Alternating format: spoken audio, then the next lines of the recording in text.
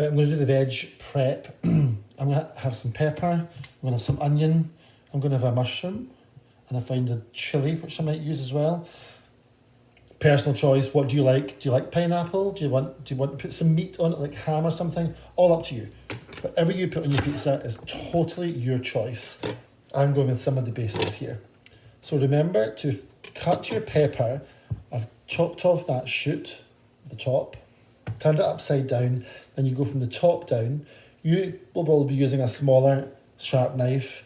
Because I've got really big hands, I find them harder to use, so I'm using a big one. From the top down. Then you can keep going and make sure when you're cutting, you're missing all the seeds, and that just makes your life a bit easier. So I'm going to cut these into thin strips. And then I'm going to turn them round that way and chop them. This is like dice, just a bit rougher. We'll do this bit as well. If you like pepper, have more. If you think it's okay, then have less. If you don't like it, have something else. The key, I think, always is to find 3 or 4 vegetables that you like.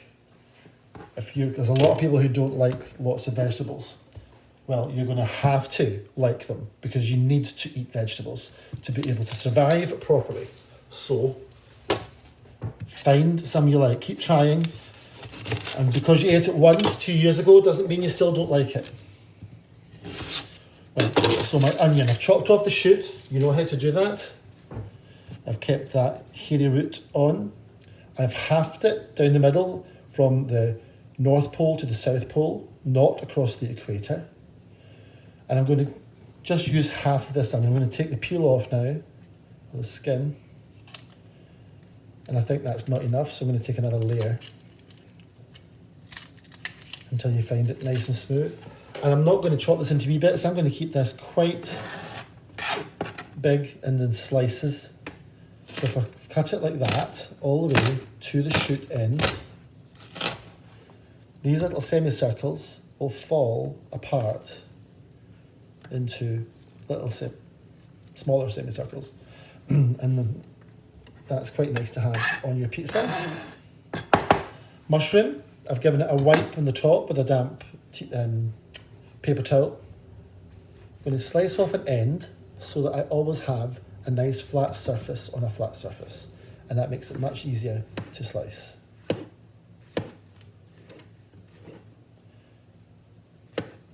Shouldn't make your mushrooms too small because they shrink. They're so full of water, they shrink away. Lastly, my chili pepper. I'm going to chop off the wee end. And all I'm going to do is cut that way. And you don't need too much of this. It might be quite spicy. You never really know until you're bitten into it. And I'm going to just cut these into tiny wee bits. And putting my fingers on the top of the knife and just moving it around. Please make sure you do this under supervision. Ask for help when using your knife. So I'm going to stop there.